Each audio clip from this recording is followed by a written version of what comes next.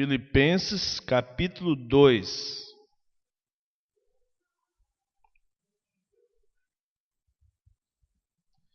E a partir dessa mensagem de hoje, nós queremos fazer uma série de mensagens sobre o que é ser uma igreja transformacional. Uma série de mensagens enfocando esse tema de ser uma igreja transformacional. Filipenses capítulo 2. Se há, pois, alguma exortação em Cristo, alguma consolação de amor, alguma comunhão do Espírito, se há entranhados afetos e misericórdias, completai a minha alegria, de modo que penseis a mesma coisa, tenhais o mesmo amor, sejais unidos de alma, tendo o mesmo sentimento. Nada façais por partidarismo ou vanglória, mas por humildade, considerando cada um os outros superiores a si mesmos. Não tenha cada um em vista o que é propriamente seu, senão também cada qual o que é dos outros. Tende em vós o mesmo sentimento que houve em Cristo Jesus, pois ele, subsistindo em forma de Deus, não julgou como usurpação o ser igual a Deus. Antes, a si mesmo se esvaziou, assumindo a forma de servo, tornando-se em semelhança de homens, e reconhecido em figura humana, a si mesmo se humilhou, tornando-se obediente até a morte e morte de cruz. Pelo que também Deus o exaltou sobremaneira, e lhe deu o nome que está acima de todo nome, para que ao nome de Jesus se dobre todo o joelho dos que nos céus, na terra e debaixo da terra, e toda língua confesse que Jesus Cristo é o Senhor, para a glória de Deus Pai. Assim, pois, amados meus, como sempre obedecestes, não só na minha presença, porém muito mais agora na minha ausência, desenvolvei a vossa salvação com temor e tremor, porque Deus é quem efetua em vós tanto querer como realizar, segundo a sua boa vontade. Fazei tudo sem murmurações nem contendas, para que vos torneis irrepreensíveis e sinceros, filhos de Deus inculpáveis, no meio de uma geração pervertida e corrupta, na qual resplandeceis como luzeiros no mundo, preservando a palavra da vida, para que no dia de Cristo eu me glorie de que não corri em vão, nem me esforcei inutilmente. Entretanto, mesmo que seja eu oferecido por libação, sobre o sacrifício e serviço da vossa fé, alegro-me com todos vós me congratulo. Assim vós também, pela mesma razão, alegrai-vos e congratulai-vos comigo.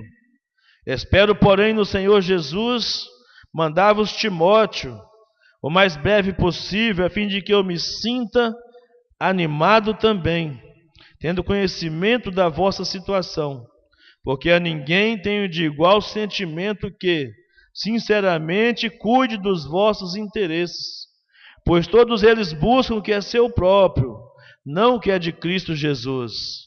E conheceis o seu caráter provado, pois serviu ao Evangelho junto comigo, como um filho ao Pai. E este, com efeito, é quem espero enviar. Tão logo tenho eu visto a minha situação. E estou persuadido no Senhor, de que também eu mesmo brevemente irei. Julguei, todavia, necessário mandar até vós Epafrodito, por um lado, meu irmão, cooperador e companheiro de lutas, e por outro, vosso mensageiro e vosso auxiliar nas minhas necessidades, visto que ele tinha saudade de todos vós, e estava angustiado porque ouvistes que adoeceu. Com efeito, adoeceu mortalmente.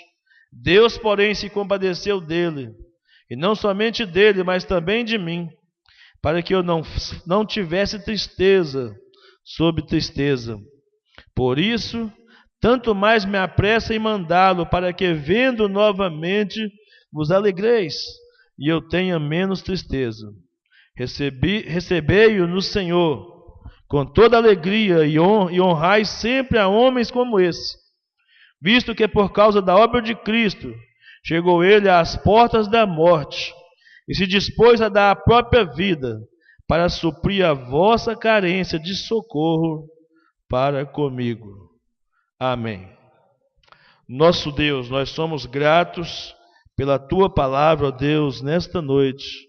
Pedimos que esta palavra possa mexer conosco, mexer com a nossa emoção, mexer com a nossa razão, com o nosso compromisso, com o nosso dever, mexer com os nossos propósitos, ó Deus, em relação ao Teu reino, à Tua casa, à Tua igreja, em relação à nossa própria vida pessoal.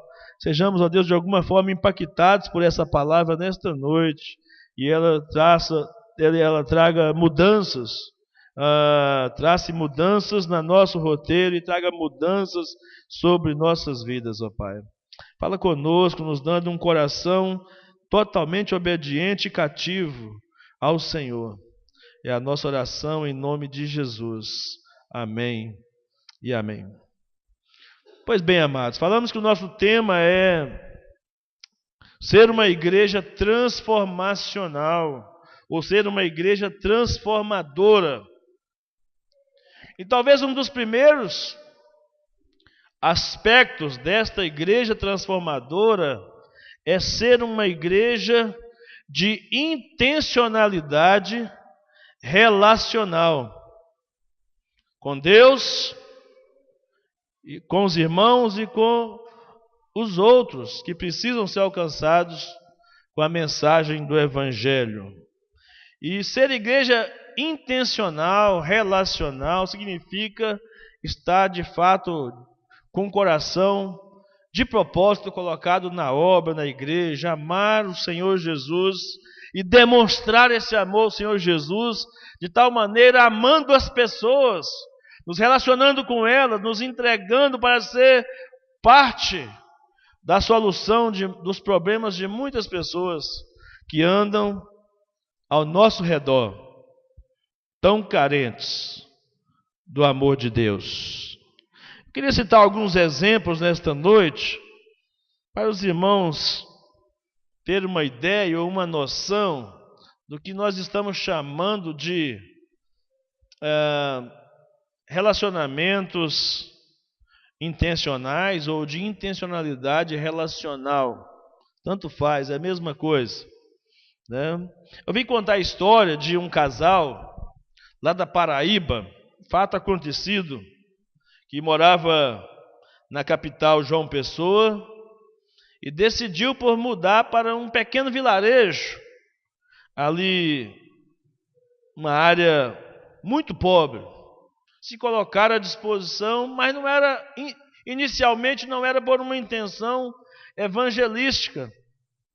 Eles tomaram essa decisão logo após o Senhor dar a eles 3 filhos, uma filha, e logo da sequência, a próxima gravidez, 2 filhos especiais. Então decidiram, eles tinham uma boa condição financeira, decidiram mudar para uma cidade bem pequena e para dar melhor qualidade de vida para os seus filhos. Mas o que eles não sabiam, não imaginavam, é que naquela pequena localidade de aproximadamente 1.500 habitantes, não havia água potável. Mudaram sem fazer um diagnóstico do lugar, e quando chegaram lá, depararam com essa triste realidade. Um povoado, uma comunidade, um vilarejo, onde não tinha água potável. Se não tinha água potável no vilarejo, certamente não teria no sítio que eles também haviam comprado. E por diversas vezes eles foram desestimulados pelas autoridades locais a não cavarem poços, porque ia gastar muito dinheiro cavando poços e não encontraria água. A água é salobra. Várias pessoas da região Já haviam feito poços artesianos e a água não servia para nada. Água salobra. Mas mesmo assim, eles decidiram fazer um poço artesiano no seu sítio. E para grande surpresa deles e dos demais daquele lugar, quando eles perfuraram o poço, encontraram não somente água de excelente qualidade, mas em grande quantidade. Estava jorrando água saudável, potável, numa pressão fabulosa. E eles ali pegando a sua água, sempre começaram a observar a caminhada do povo do vilarejo para um rio que tinha lá perto, dividindo o espaço e também a qualidade da água, onde as vacas, os cabritos, os carneiros iam tomar água também, faziam suas necessidades nas águas, e o povo daquela população, daquele vilarejo, tomavam daquela água que os animais urinavam e defecavam. E de repente, do nada, sem sem nada programado, como eu disse inicialmente, eles, ao verem os vizinhos andando na direção daquele rio, para praticamente pegar da urina dos animais, para o seu uso pessoal, para o uso pessoal daquelas famílias, decidiram ligar uma mangueira na caixa d'água deles, um cano, e levar água lá no portão da sua propriedade, uma extensão até os limites da propriedade, e exatamente naquele lugar aonde o povo passava para pegar água no rio, disponibilizar ali uma torneira, 2 torneiras, para que o povo pudesse pegar água. Mas tiveram uma ideia surpreendente. No local onde eles colocaram as 2 torneiras, colocaram uma placa: Jesus é a água da vida. E deixou ali naquele lugar. E de repente a população começou aquele alvoroço, todo mundo chegando ali para encher os seus baldes, as suas vasilhas de água, e começaram a ter muito envolvimento. Aí o cara, muito engraçado, contando a história, diz que houve até engarrafamento de jumento, naquele lugar, para pegar água naquela localidade, naquele sítio. E o que começou com uma pequena atitude de compaixão que aquele casal teve, se tornou um relacionamento intencional, houve uma intencionalidade relacional, mesmo que inicialmente não era esse o propósito, mas Deus usou daquele ato de amor e de misericórdia daquele casal, uma oportunidade tremenda de compartilhar as boas novas do Evangelho de Jesus Cristo. E com o passar do tempo, as pessoas foram se reunindo, aí eles vinham ali, não só pegava água mais, mas o casal chamava eles para dentro de casa, oferecia um café com biscoito, e foi fazendo aquela comunhão, aquele relacionamento foi crescendo, desenvolvendo de uma tal maneira que em pouco tempo já tinha mais de 50 pessoas reunidas naquele sítio, pelo menos todas as manhãs. E aquele casal tinha oportunidade de relacionar-se com aquelas pessoas. Tempo depois eles fizeram um contato com o pastor deles na capital, João Pessoa, dizendo: olha, tem um monte de gente aqui na minha casa, a gente não sabe o que fazer, como fazer. Eles não eram evangelistas, não eram missionários, mas estavam fazendo um grande trabalho através da intencionalidade relacional. Começaram a amar aquelas pessoas de verdade, colocar o coração naquele benefício que eles estavam fazendo. E as pessoas então queriam saber qual que era a maior motivação do coração deles. Que eles começaram a dizer, e o pastor e uma equipe foi lá para ajudá-los a fazer estudos bíblicos e mostrar aos seus amigos, seus vizinhos, que a motivação era Cristo. no coração. E o fim da história diz que naquele vilarejo de 1.500 pessoas, 1.500 habitantes, através daquele casal, um simples gesto de colocar uma torneira do lado de fora do portão para que as pessoas pegassem água, foi fundada uma igreja com 800 membros. Mais da metade da população se converteu naquele vilarejo pela atitude simples de um casal, simplesmente se doar. Doar tempo, doar os seus bens, doar aquilo que Deus tinha dado a eles em abundância para as outras pessoas. E quando eu vi essa história, e é uma história verídica, eu comecei a pensar, amados, o que nós temos feito para que de propósito nos relacionemos com as pessoas e que as pessoas vejam nesse caminhar nosso, na nossa fala, o nosso interesse de ajudar.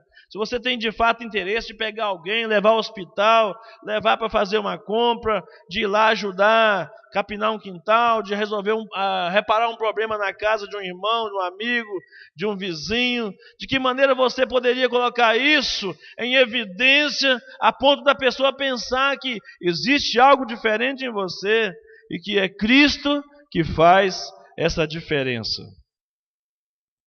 Nós estamos tão preocupados conosco mesmo, estamos tão focados nos nossos interesses pessoais, que nós não temos tempo.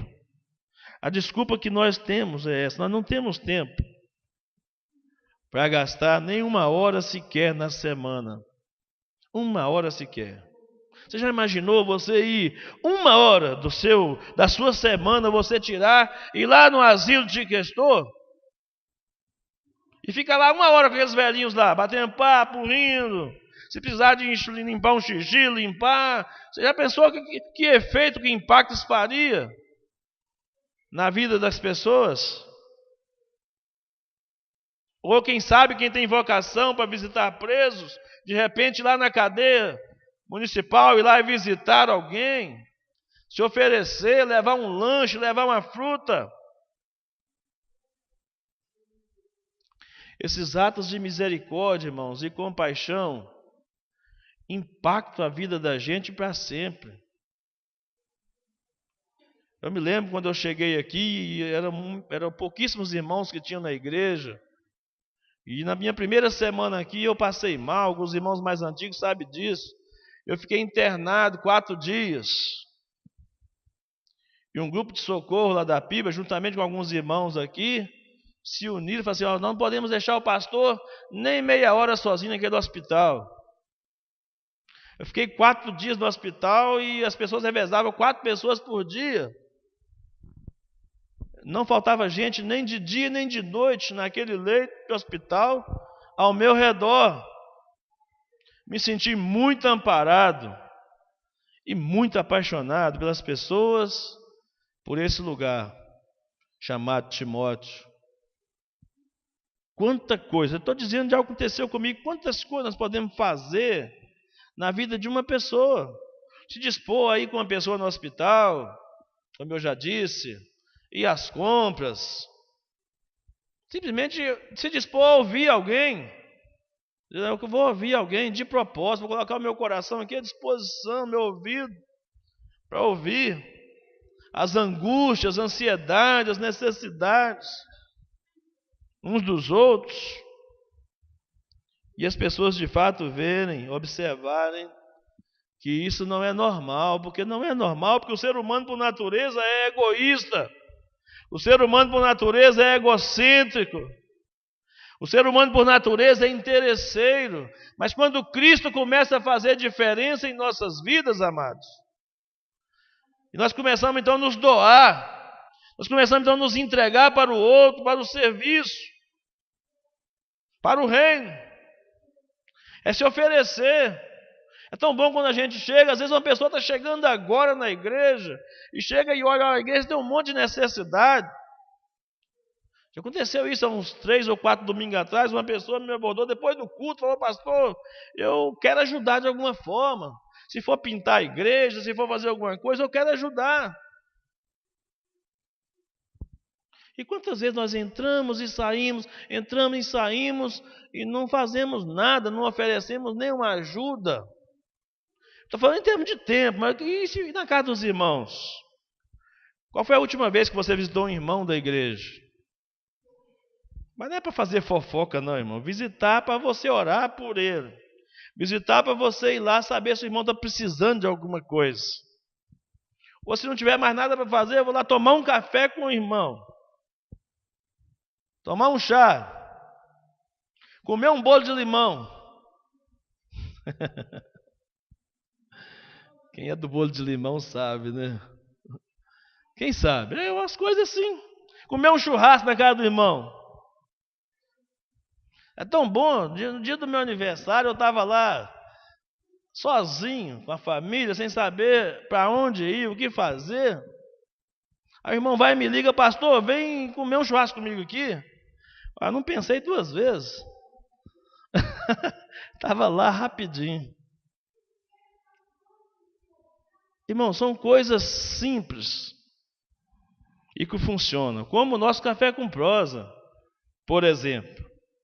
Mas que pode ser, inclusive, mais intencional, mais relacional. Quando nos apresentarmos para um café com prosa, conhecer, não só chegar lá, mas conhecer as necessidades do irmão que nos recebe. E nos oferecer de alguma forma para ser ajuda, para ser suporte na vida deles, de alguma maneira. Um outro exemplo que me chamou a atenção, irmãos, foi um exemplo de uma igreja chamada Igreja Presbiteriana de Sertaneja. Eu acho que Sertaneja é o nome do local, mas eu não consegui pesquisar direitinho para saber o local exato. Mas numa pequena cidade, e me parece que esse é o nome da cidade, Sertaneja, no Piauí, também no Nordeste, né? No Paraná. No Piauí é uma outra história que eu li. No Paraná, essa história. Então essa igreja pequena, relativamente pequena, de 130 membros, que vivia no efeito sanfona, como nós. Quando eu li a história dessa igreja, pensei, é um retrato do que nós temos experimentado, efeito sanfona. Cresce, diminui, cresce, diminui, cresce, diminui. Algumas coisas que nós temos deixado, talvez, passar batido. Quando eu olho para muitos de vocês aqui, eu louvo a Deus pela vida de vocês. Sabe por quê? Porque se dependesse de nós, dos nossos relacionamentos, talvez você não estivesse aqui. Se você estivesse esperando uma visita nossa para poder ser membro dessa igreja, talvez você não estivesse aqui. Tem gente que chega chegando, não é verdade? Tem gente que chega de propósito, tem gente que ama a gente, mesmo a gente não dando provas nenhuma de amor, as pessoas chegam na igreja e amam a gente de verdade, e por isso que permanecem na igreja do Senhor, na casa do Senhor. Mas nem todo mundo é assim, as pessoas às vezes são tímidas, nem todo mundo encontra espaço para se relacionar, e nós é que estamos dentro, é que temos que nos relacionar com as pessoas de propósito, querer o bem-estar. Eu vi, não sei se foi o Max ou se foi o pastor Cristiano aqui, eu falei, opa, melhorou um bocado. Eu tenho terminado os cultos e assim, eu cumprimento pelo menos 3 pessoas. E alguém terminou o culto aqui outro dia, assim, eu cumprimento 10 pessoas antes de ir embora. Já melhorou, já aumentou o campo de ação, né? Eu me lembro que a primeira vez que eu falei isso aqui, cumprimento 3 pessoas, eu escutei umas 2 ou 3 pessoas. 1, 2, 3. Assim, mecanicamente, não sei se foi brincando ou não, mas alguém chegou para cumprimentar assim, contou os 3 assim rapidamente. Eu quero chamar a atenção para os irmãos nesse ano de 2019, para sermos uma igreja transformadora, uma igreja transformacional. E o ponto básico desse negócio, entendeu o meu coração, Deus colocou no meu coração desde julho, desde junho, desde quando nós terminamos o nosso congresso de fé reformada, Deus colocou esse tema no meu coração, de ser igreja intencional. E hoje eu coloquei no grupo da igreja, quem está em acesso ao grupo da igreja deve ter visto, que o negócio expandiu um pouco mais, no sentido, aliás, o negócio filtrou um pouco mais, porque ficou muito vago a ideia de intencionalidade. E nosso foco é intencionalidade nos relacionamentos. Aplicar o nosso coração aos relacionamentos, esse é o nosso foco nesse ano de 2019. E eu gostaria que os irmãos, de todo o coração, irmãos, eu gostaria que os irmãos comprassem essa ideia e falassem assim: eu quero fazer alguma coisa. Já pensou quanto que nós poderíamos ter multiplicado essa semana? Quanto que poderíamos ter multiplicado o ano passado todo? Se desenvolvêssemos relacionamentos saudáveis com as pessoas. Eu já disse isso aqui uma vez, eu vou repetir. Se você fala que ama o seu irmão, se você fala que ama o seu amigo, seu colega de trabalho, de escola, e você não fala de Jesus para ele, você não ama coisa nenhuma, irmão. Me desculpa a franqueza. Se você diz que ama os seus parentes, seus amigos, e não fala de Jesus para eles, você não ama coisa nenhuma. Você é amigo, mas é da onça. Porque sabe que ele está indo para o inferno e você não fala de Jesus para ele. E seria uma decepção para esse amigo.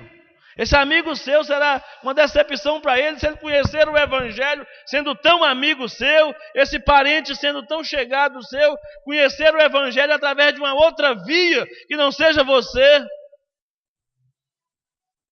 Ele vai pensar: era traidor ou traidora.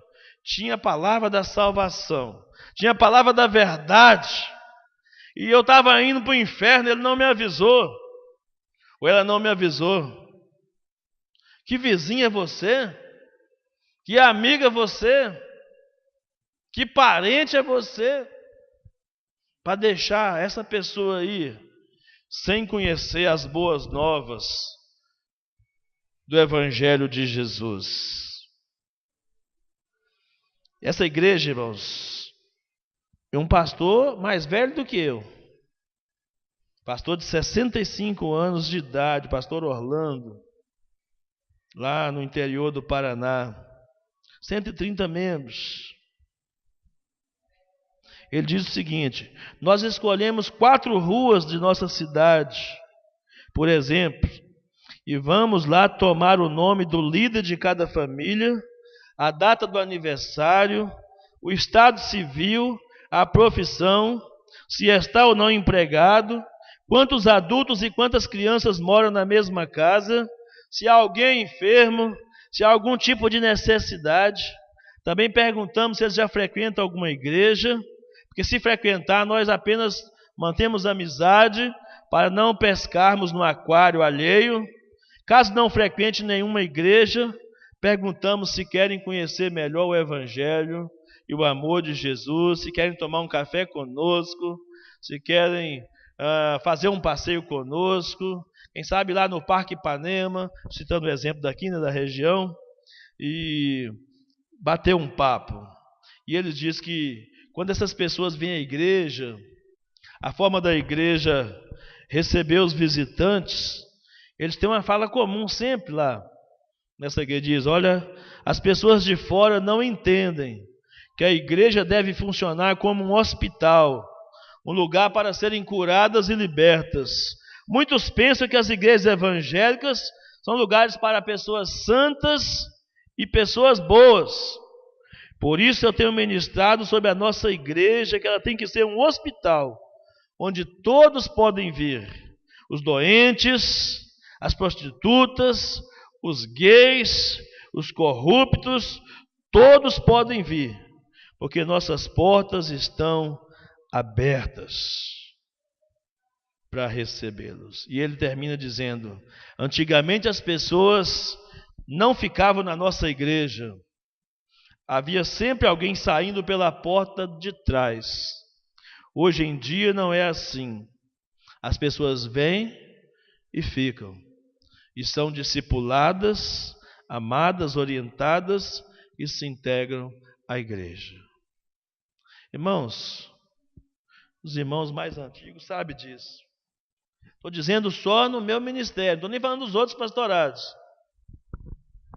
Se tivéssemos aqui na nossa igreja, todo mundo que já passou por aqui, nos últimos 12 anos, esse lugar já não caberia mais às pessoas. Já teríamos que ter um novo templo. E eu falo isso com dor e sentimento no coração, porque nós deixamos escapar muitas pessoas, porque não tivemos uma intencionalidade. Nós focamos em alguma coisa e nos esquecemos de outras. E hoje a palavra de ordem é relacionamentos. A palavra de ordem hoje é relacionamentos. Antes de eu querer ensinar a doutrina verdadeira, eu preciso me relacionar verdadeiramente com as pessoas, para que elas sintam a confiança de que eu estou pregando a verdade para elas. E elas queiram de fato ser transformadas. Irmãos, o reverendo Augusto Nicodemos, muito conhecido de muitos irmãos, quando ele era pastor ainda na Presbiteriana de Goiânia, ele fez uma declaração interessante. Eu estava pesquisando sobre esse tema e eu vi essa declaração dele. Ele disse: o problema com muitos de nós, pastores conservadores e reformados, é que não estamos abertos a mudanças e adaptações no culto, nas atitudes e nas posturas, por menores que sejam, com o objetivo de dar uma cara mais simpática à igreja. Ser convidativo, atraente e interessante não é pecado, e nem contraria as confissões reformadas ou a tradição puritana. Palavras do Dr. Augusto Nicodemos Lopes. Irmãos, a intencionalidade relacional, ela traz em si a ideia de que é, ao mesmo tempo, relacional e intencional. Isso significa que as igrejas que são transformadoras ou transformacionais, elas precisam estar focadas com a mesma pegada, com a mesma qualidade, tanto na intencionalidade quanto nos relacionamentos. As igrejas que buscam ajudar as pessoas a se parecerem mais com Jesus, afinal nós somos chamados para isso. Romanos 8, 29 diz: nós somos chamados para sermos conforme a imagem do seu Filho. Então, igrejas que são chamadas para ajudar as pessoas a se parecerem com Jesus, para auxiliar as congregações, o corpo, a agir como parte do corpo de Cristo, nós temos uma grande responsabilidade de espalhar esta mensagem do reino de Deus. E tudo isso de propósito, de maneira relacional, de forma intencional. Mas para isso, alguns princípios devem ser percebidos ou obedecidos por nós. Aí nos voltamos para o texto de Filipenses, onde queremos destacar esses princípios aqui, para sonharmos e para fazer o sonho virar realidade. Da forma como nós estamos imaginando uma igreja relacional.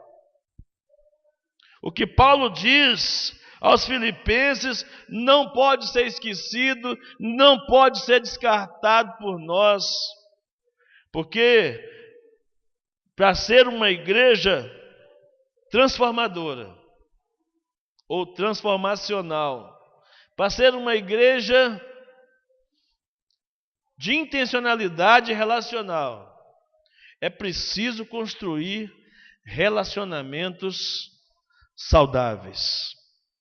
Sem relacionamentos saudáveis, nós não podemos ser aquilo que Deus espera que nós sejamos como igreja. E Paulo então escreve essa carta aos Filipenses. A igreja de Filipos foi a maior parceira de Paulo. A Bíblia diz no que tange a dar e receber. A igreja de Filipos foi a grande parceira do apóstolo Paulo.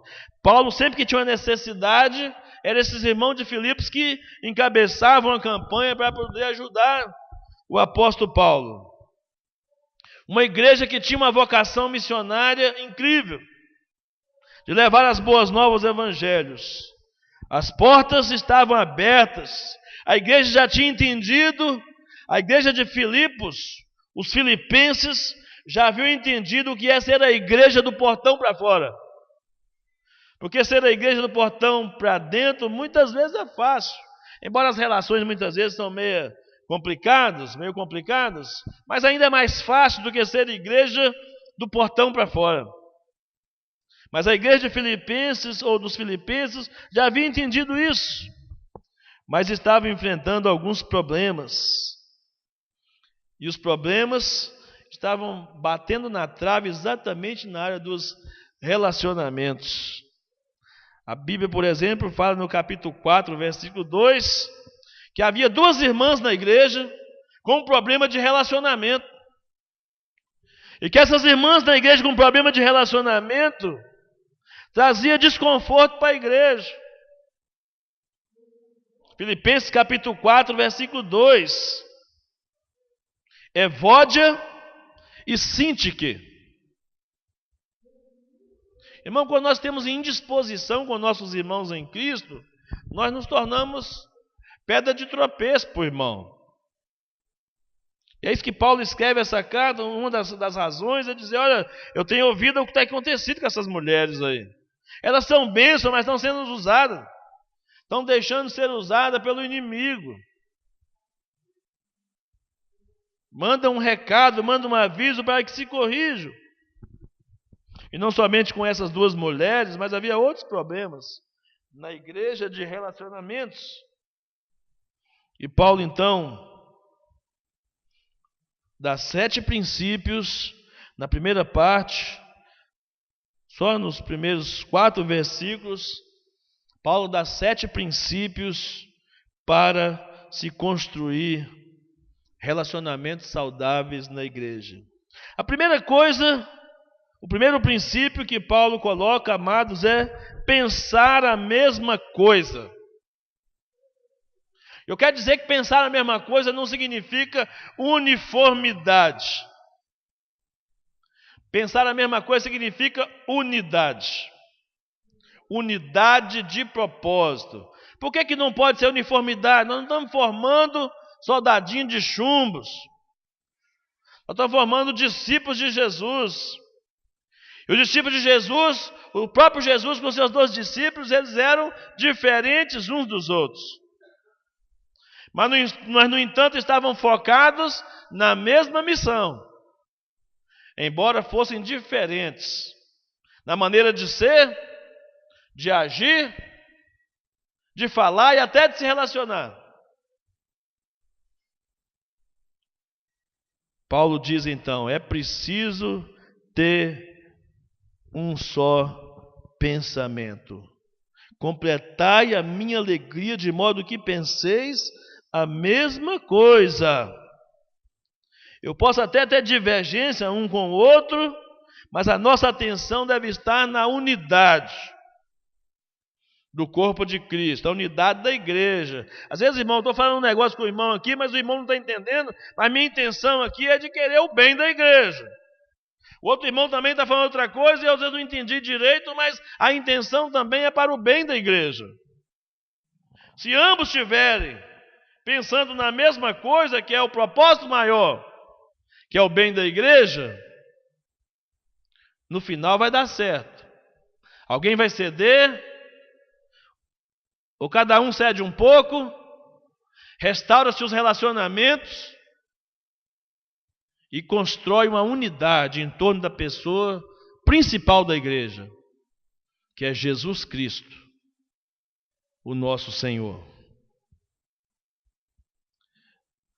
Se estamos em Cristo, nós somos irmãos. Se você tem divergência com algum irmão, como é que você vai morar no céu com ele? Alguém vai ficar de fora? Alguém vai ficar de fora do reino de Deus simplesmente porque tem divergência com o irmão? Com um parente? Com um amigo? Nós somos participantes da mesma família, irmãos. O nosso papel não é lutar uns com os outros. O meu inimigo não é o meu irmão em Cristo. O meu inimigo não é o meu amigo, não é o meu parente. O seu inimigo não é o seu irmão em Cristo, não é o seu parente, não é o seu amigo. O seu inimigo não é o seu patrão. O seu inimigo é Satanás. Satanás está usando você. Satanás está usando a outra pessoa para destruir a unidade que Cristo já conquistou na cruz ao derrubar a barreira de separação que havia entre os povos. Nosso papel como membro da família é lutar para manter a unidade de pensamento, o foco na pessoa de Jesus. O segundo princípio que Paulo apresenta, não menos importante, é ter o mesmo amor.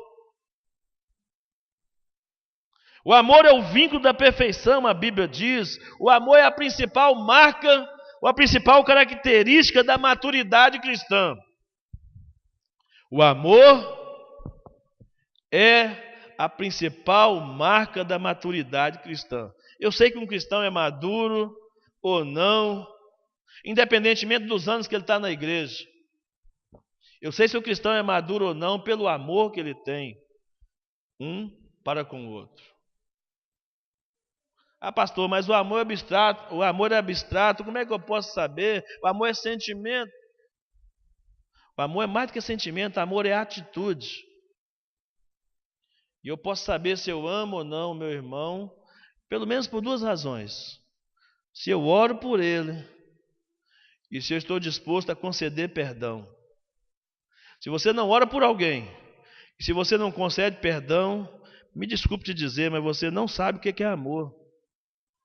Você não aprendeu ainda a amar e nem entendeu o amor de Jesus por você. Porque quem é perdoado não pode negar perdão.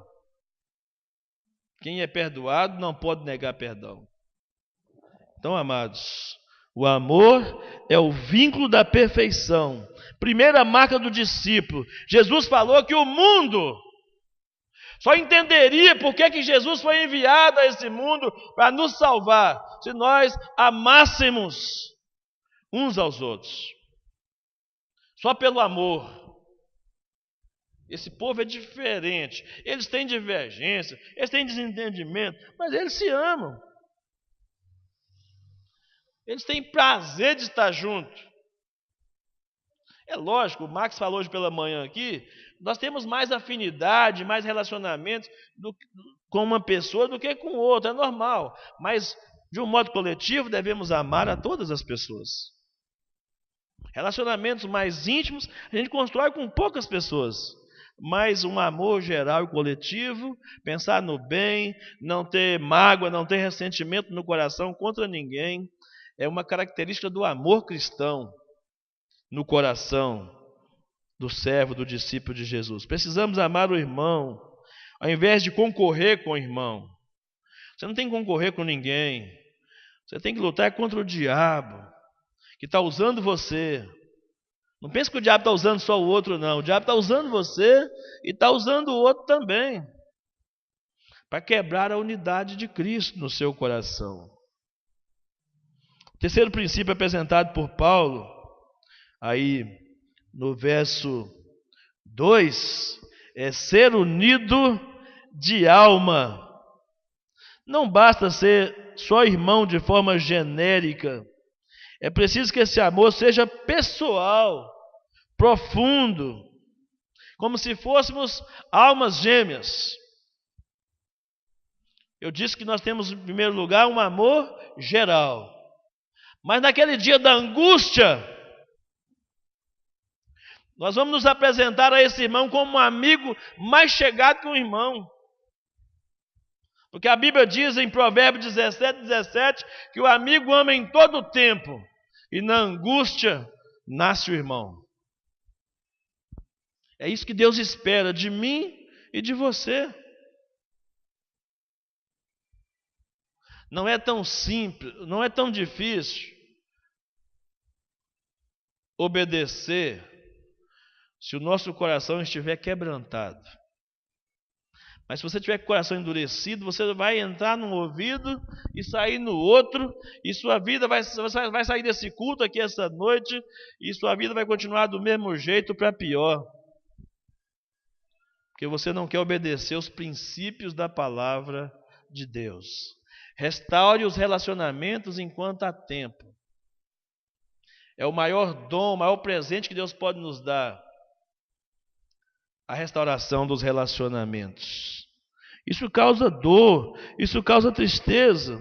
E eu preciso querer me envolver de forma pessoal uns com os outros. De vez em quando alguém fala, pastor, não vai na minha casa, irmão, você não me convidou. Eu não tenho o hábito de ir na casa dos outros sem me convidar. É um princípio meu. E eu gostaria que fosse até respeitado. Mas se você me convidar, eu vou. Toda vez que o Washington me convida para ir na casa dele, eu vou. É lógico que eu não preciso de um convite para ir. Mas se me convidar, eu vou. O Max talvez seja um dos membros mais novos da igreja. Eu acho que já deve ter ido umas 10 vezes na casa dele. Todas as vezes, a convite dele. Por que pareça, nunca fui assim, hoje eu vou lá na casa do Max. Não, infelizmente não deu aquele tchan, né, de ir assim. Mas todas as vezes me convidou. Às vezes estou do nada lá. Pastor, vem tomar um café comigo aqui. Eu já sei que o café é bom, aí eu vou mesmo, né? Mas se o café for ruim, eu tomo também, viu, irmão? Não tem problema não, viu? Tomo e não falo nada, tá? Fico caladinho. A irmaneira agora já aprendeu a fazer café sem açúcar para mim. Já pergunto, pastor, é sem açúcar? Eu falei, ótimo. Entendeu? Então é assim, irmãos, a gente vai compartilhando o amor e vivenciando. Não adianta eu insistir, falar com os irmãos, a gente não está tentando aplicar isso aí. Ontem eu visitei a irmã Jandira, mas eu visitei errado, porque está errado no boletim, o aniversário dela é dia 11, no boletim da dia 12. Mas eu quero dizer que mesmo assim ela ficou muito feliz. E é tão difícil para ir lá visitá-la, né? Eu moro debaixo da casa dela. Mas foi muito bom. E quem apareceu lá? Pedra 90. Pedra 90 apareceu lá. Alguns irmãos já sabem quem é Pedra 90, né? Marlene Madeira. Foi lá. Às vezes ninguém dá nada para uma pessoa, mas a pessoa tem interesse em visitar as pessoas. Mas veja que coisa chique. Eu fiquei feliz quando eu estava lá. Ela chegou para visitar a irmã também. Eu fiquei feliz. Mas não foi só eu que lembrei, não. Mais uma pessoa lembrou. Não sei se mais alguém foi lá ou lembrou, mas estou falando do que eu presenciei. Então isso é estar unido de alma. O quarto princípio apresentado pelo apóstolo Paulo aqui é ter o mesmo sentimento. Irmãos, muitas vezes brotam divergências entre nós. Quando a gente quer ensinar a doutrina, muitos irmãos não entendem a doutrina, ficam revoltados, divergem da gente, porque, infelizmente, se um pastor não ensinou doutrina e o outro vai ensinar, vai causar problema mesmo. Você cresceu a vida inteira, foi criado na igreja e não foi ensinada a doutrina batista, a doutrina bíblica que os batistas acreditam. Os pastores, infelizmente, passaram, não ensinaram. Corro o risco até de estar sendo antiético falar isso, mas eu preciso falar isso para os irmãos. Mas as minhas divergências doutrinárias, as divergências doutrinárias que você tiver comigo, não podem ser impedimento para você relacionar comigo. As pessoas que divergiram doutrinariamente de mim aqui na igreja, saíram porque quiseram, porque eu as amava profundamente e continuo amando essas pessoas. Alguns continuam sendo meus amigos, me mandam mensagem no Zap Zap, e tá me encontrando na rua, me conversa comigo, me abraça e tal, diz que me admira, mas não querem caminhar comigo. Porque não há unidade de sentimento. Deixou que a divergência fosse maior do que a unidade de sentimento. Eu posso até não concordar com você, você pode até não concordar comigo, mas o amor tem que estar acima de todas essas coisas. Superar. Acima dessas coisas. E aí, essas contendas causam tanta tristeza para nós. E se nós não vigiarmos, o que é que acontece? O desânimo vai montar na gente. O desânimo vai tomar conta do nosso coração. A amargura, o rancor, a indiferença. Isso não é bom para uma igreja. Isso não é bom para um corpo em Cristo ou de Cristo. Nosso papel como membros da família é nutrir o mesmo sentimento um com o outro. Você não pode ter numa igreja, irmão. Sinceramente, eu quero dizer para vocês de todo o meu coração. Você não pode ter na igreja alguém que você disse, eu não gosto de fulano de tal. Na igreja. Você não deveria fazer isso nem com as pessoas que não são da igreja. Quanto mais da igreja. Como é que você vem para a mesma igreja e diz que não gosta de uma pessoa? Você pode até não gostar da atitude. É porque, infelizmente, às vezes a pessoa não consegue separar. Uma coisa que eu falo sempre aqui, irmãos. A gente precisa entender e precisa saber separar ideias de pessoas. Eu posso não gostar de uma ideia do Washington, mas não preciso de não gostar do Washington. E ele pode não gostar de uma ideia minha, mas não precisa de não gostar de mim. Ele pode não gostar das minhas ideias. Ele pode não gostar de uma atitude que eu tomei. Mas não pode me odiar por causa disso. Concorda, irmão Washington? E assim é com cada um de nós. Eu posso não gostar de uma atitude da pessoa, mas eu preciso amar essas pessoas. Ter o mesmo sentimento com elas. O quinto princípio que Paulo apresenta aqui, irmãos, é o princípio de não dar guarida do eu e nem alimentar partidarismo dentro da igreja. Paulo diz, não devemos fazer nada por partidarismo ou vanglória.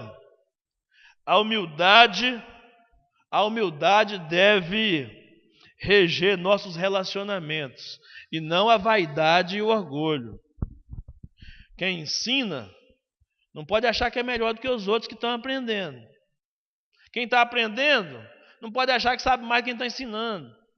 Quem está tocando não pode achar que toca mais do que todo mundo. Quem canta não pode achar que é melhor cantor do que os outros. Afinal, nosso propósito é único. É a glória de Deus. Antes de eu ficar preocupado, você acha que eu vou ficar preocupado se você gostou ou se você não gostou do culto? Com perdão da expressão, não estou nem aí. Se você gostou ou se você não gostou. Porque o culto não é para mim. O culto não é para você. O culto é para Deus. A minha preocupação quando eu volto para casa é: será que Deus ficou feliz? Eu consegui agradar o coração de Deus? E que deveria ser a atitude de cada crente que vem à igreja, quando voltar para casa, pensar: eu prestei culto para Deus mesmo? Ou eu fui lá porque, se eu não fosse, o pastor ia sentir minha falta? Ou eu fui lá porque precisava de resolver um problema com o irmão? Ou eu fui lá porque, sei lá, por várias motivações, você poderia ter vindo a esse culto essa noite. Menos o de adorar e agradar o coração de Deus. A minha preocupação e a sua preocupação constante tem que ser agradar a Deus. Por isso que o nosso culto não é humanista, por isso que o nosso culto não é antropocêntrico. Embora a gente está falando de relacionamentos, mas o relacionamento não nos pode tornar pessoas ou cultos antropocêntricos, focados no homem. O nosso culto é cristocêntrico. Cristo é o centro da igreja. É a coluna, é a pedra principal, irmãos. Nós não fugimos disso, não fugimos dessa realidade. Eu estou falando de relacionamentos porque Jesus foi uma pessoa que deu o maior exemplo, e Paulo fala isso aqui, de relacionamento intencional. Não teve ninguém mais intencional nos relacionamentos do que Jesus.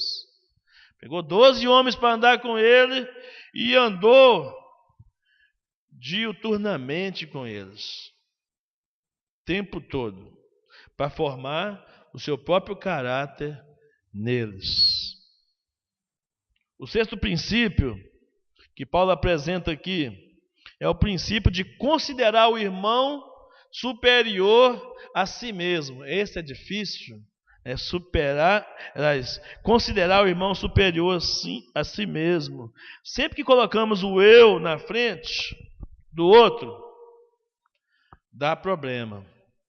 Os relacionamentos, eles funcionam e são saudáveis quando eles são outro-centrados e não centrado em mim mesmo. Quando o meu interesse é na outra pessoa, é no outro, é no bem-estar do irmão. É igual casamento.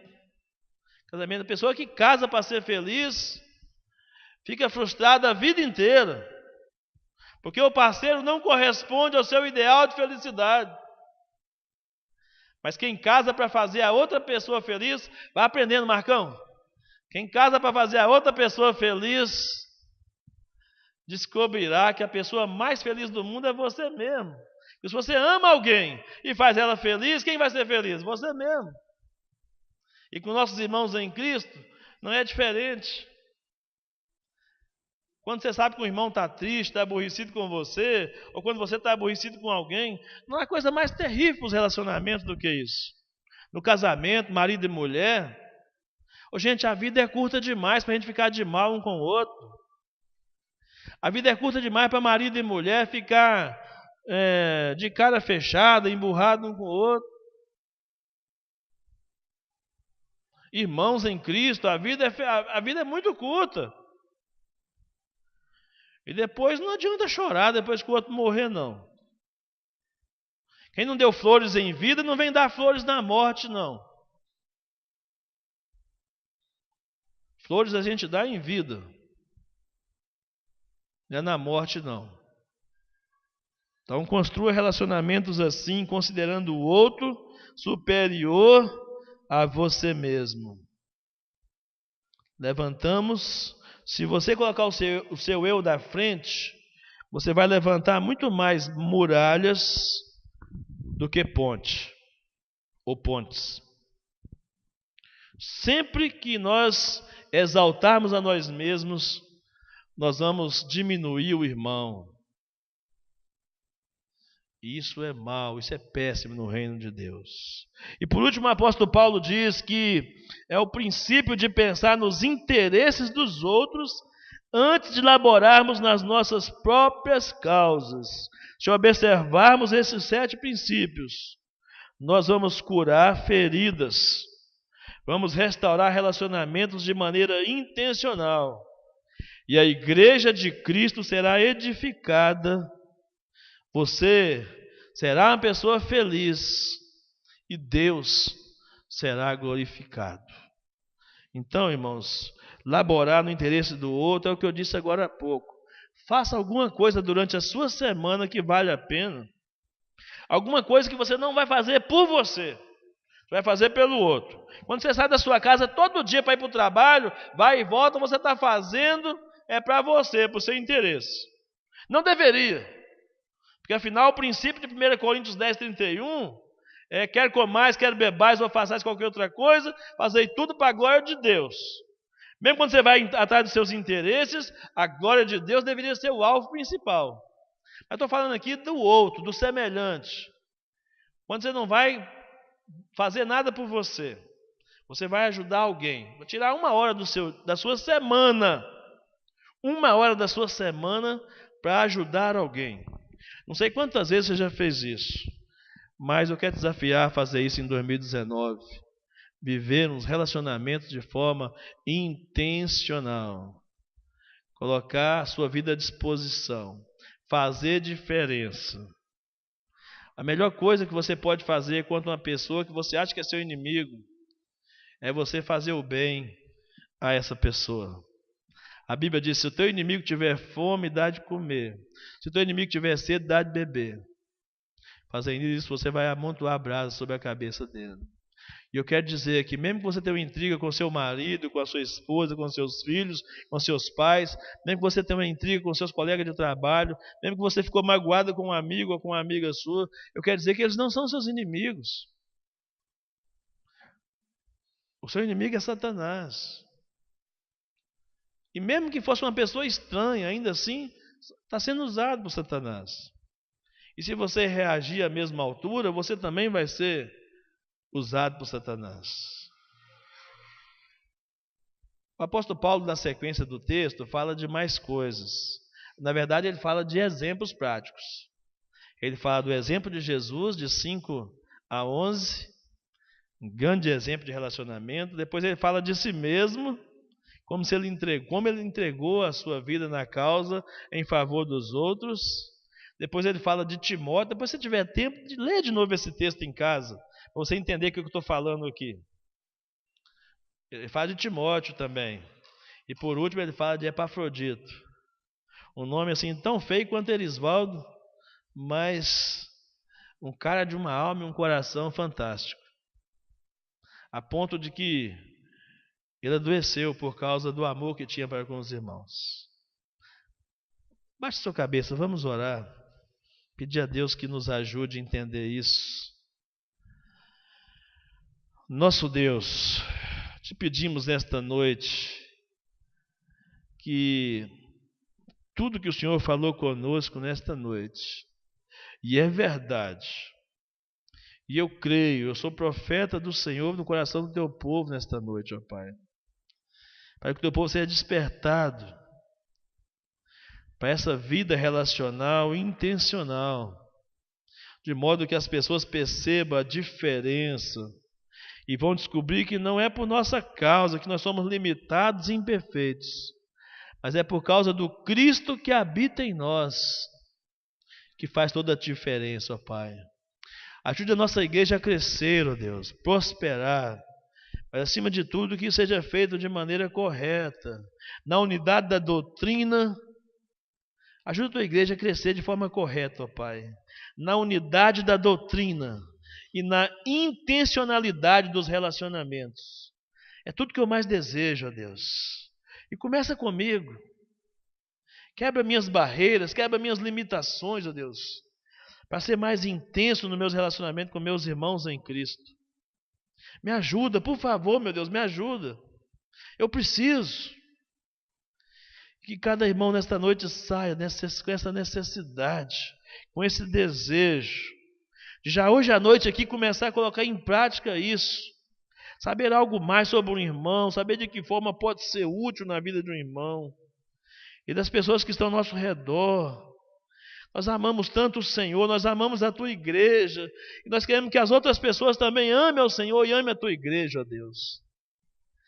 Faz essa igreja uma igreja diferente, diferenciada, que as pessoas percebam que a Igreja Batista Nova Vida em Timóteo é uma igreja diferenciada, por causa da unidade doutrinária e por causa da intencionalidade dos relacionamentos. É tudo que eu te peço nesta noite, ó Pai, em nome de Jesus. Amém.